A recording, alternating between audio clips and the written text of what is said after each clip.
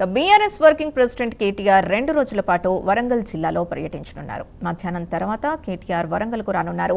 సాయంత్రం ముత్తోజీపేటలోని RTC driver Shankar Goud కుటుంబాన్ని పరామర్శించనున్నారు. రాత్రి హనుమకొండలోని ఎర్రబెల్లి దయాకర్ రావు ఇంట్లో బస చేయనున్నారు. రేపు రైతు సంగ్రామ సదస్సులో పాల్గొంటారు.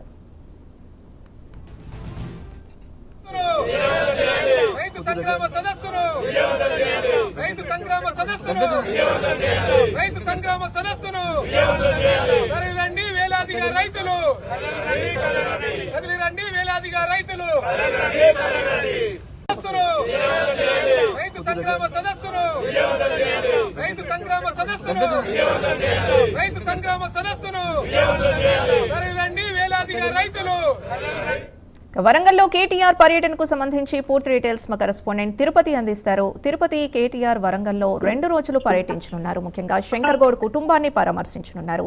ఇంకా వేరే ఏ ఇతర కార్యక్రమాల్లో ఆయన పాల్గొనే అవకాశం ఉంది?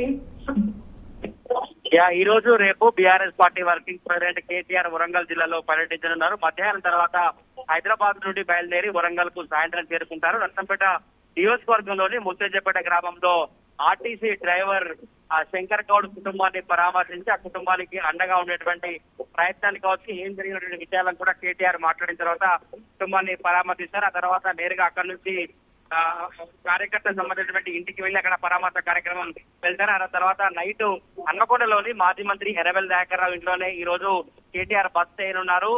ఆ తర్వాత రేపు మార్నింగ్ బీఆర్ఎస్ పార్టీ తలపెట్టినటువంటి రైతు సంగ్రామ సదస్సులో కేటీఆర్ పాల్గొంటారు. రేపు రైతులతో 10,000 మంది రైతులతో ఒక రైతు సంగ్రామ సదస్సును నిర్వహించబోతా ఉంది బీఆర్ఎస్ పార్టీ. గతంలో ఇక్కడి నుంచి వరంగల్ గడ్డ నుంచే రాహుల్ గాంధీ, రేవంత్ రెడ్డి కూడా రైతు డిక్లరేషన్ ప్రకటించి రైతులను మోసం చేశారు, దగలా చేశారంటూ ఇప్పుడు బీఆర్ఎస్ పార్టీ నిరసన కార్యక్రమాలకు, ఆందోళన కార్యక్రమాలకు స్వీకరించినటువంటి పరిస్థితి రేపు నిర్వహించేటువంటి రైతు సంగ్రామ సదస్సులో BRS party working president KTR పాల్గొనబోతారు. వరంగల్ రైతు డిక్లరేషన్ బట్టి మోసం రైతాంగానికి కాంగ్రెస్ పార్టీ దోహం చేసింది. కాంగ్రెస్ చేసినటువంటి మోసాన్ని ఎండగట్టేందుకు బీఆర్ఎస్ పార్టీ రైతు సంగ్రామ సదస్సు నిర్వహించబోతా ఉంది. దీనికి సంబంధించి ఉమ్మడి వరంగల్ జిల్లాకు సంబంధించినటువంటి బీఆర్ఎస్ మాజీ ఎమ్మెల్యేలు, మాజీ మంత్రులంతా కూడా ఏర్పాట్లు కొనసాగిస్తారు. ఈ రోజు రేపు కేటీఆర్ వరంగల్ జిల్లాలో పర్యటించిన నేపథ్యంలో బీఆర్ఎస్ పార్టీ శ్రేణులు ఘన స్వాగతం పలికేందుకు ఏర్పాట్లు కొనసాగిస్తారు. ఈ రోజు నర్సంపేట నియోజకవర్గంలో పర్యటించిన తర్వాత ఆయన హన్మకొండ నగరానికి చేరుకుని రాత్రి ఇక్కడనే బస్ చేశారు. రేపు